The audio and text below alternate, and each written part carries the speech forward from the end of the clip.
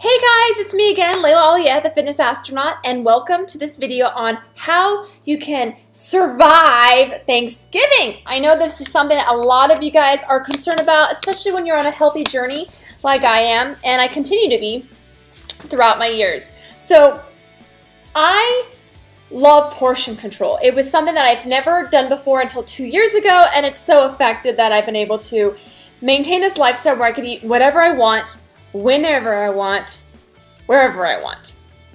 And the trick of the matter is, I don't tell people, as a coach, I don't tell people you have to eat this food and this food and this food to reach results, because that's not sustainable. So in order for you to live a sustained, happy, healthy lifestyle, you have to be able to know how to eat by making right decisions on what to put on your plate.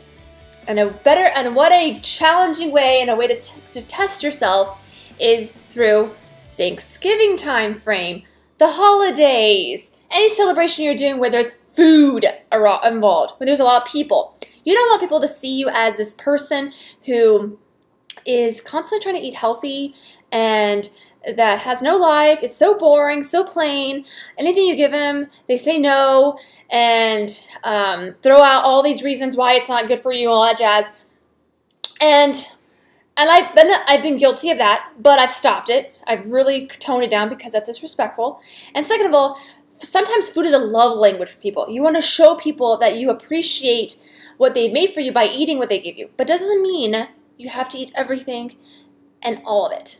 So here's a tip on how I recommend you guys to do the portion, how to do eating healthy and surviving the holidays through the 21-day fix. It's something that I've been using for a while, and like I said, I love it. So here are these containers that I use. This is green, represents veggies, this represents fruit, this represents protein, carbs, fats, and oils. Now, for Thanksgiving time frame, we are gonna probably be given this temptation of eating a lot of carbs. Oh my gosh, this is like, duh! That's not even enough, but still. So you probably are going to have a lot of carbs, you're going to put a lot of protein, and you're hardly not going to put any of this stuff here. But you're going to have a lot of that mashed potatoes, that turkey, and then you're going to have that wonderful pecan pie, and just load it on. And then you're going to have a food coma, and also wine counts as a carb. And you're going to have that food coma, and you're going to just feel terrible the next day. And that's where the winter starts creeping up on you, and you say, you know what, I need to lose a lot of weight. You do the New Year's resolution, and there's this endless cycle on and on. So let me just cut straight to the chase as to how I eat healthy during Thanksgiving and the holidays. So first thing I do is I put protein on my actual plate. And then I deck it out with veggies. I decorate my plate with veggies. Like I put probably 2 servings of veggies, because mentally we feel like we have to finish what's on our plate because of how we were raised, how we feel bad about food being eaten. But deck out your food with veggies and fruit first, because those are very important. This has high in fiber. This has your protein, and make sure that when you put your turkey, for example, for Thanksgiving, put your turkey on there that has no skin on it, and that you clearly see the white meat. Go for the white meat. Don't go for the dark meat. Go for the white meat. And it's simply because they say that white meat's good for the heart, and as well as there's less cholesterol in the white meat.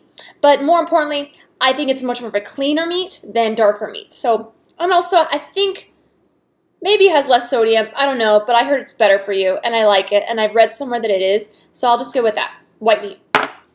Then I would put in a little bit of fruit, and that could be like a little bit of cranberry sauce, but that's mostly a carb because there's a juice on it.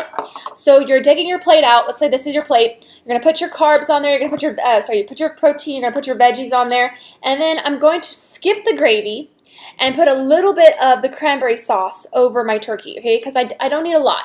But if you like gravy, then don't put cranberry sauce. Make sure it's about to be, whatever you put can be about 1 portion of the carb. And so visually, I know, after doing this for 2 years, I know how much portion size, volume-wise, is a carb in all these other areas.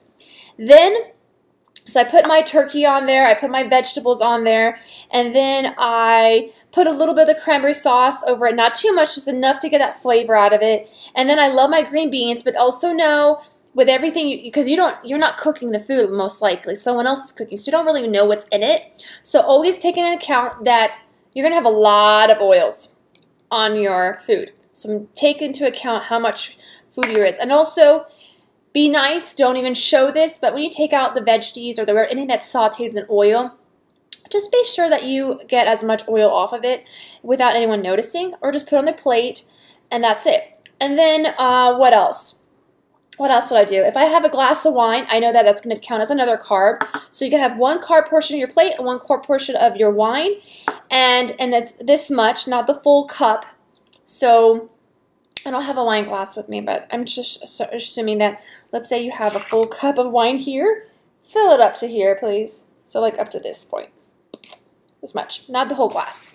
And then what else would I do? And then if I have in that carb portion, I would be putting a little bit of sweet potatoes because I love sweet potatoes, and just deck it out. So that's the trick that I do, is I put the healthy food first, then I decorate it with some of the carbs, and then I know that it's mixed with oils, and then I will save the fats for later because I know I want to have my pumpkin pie.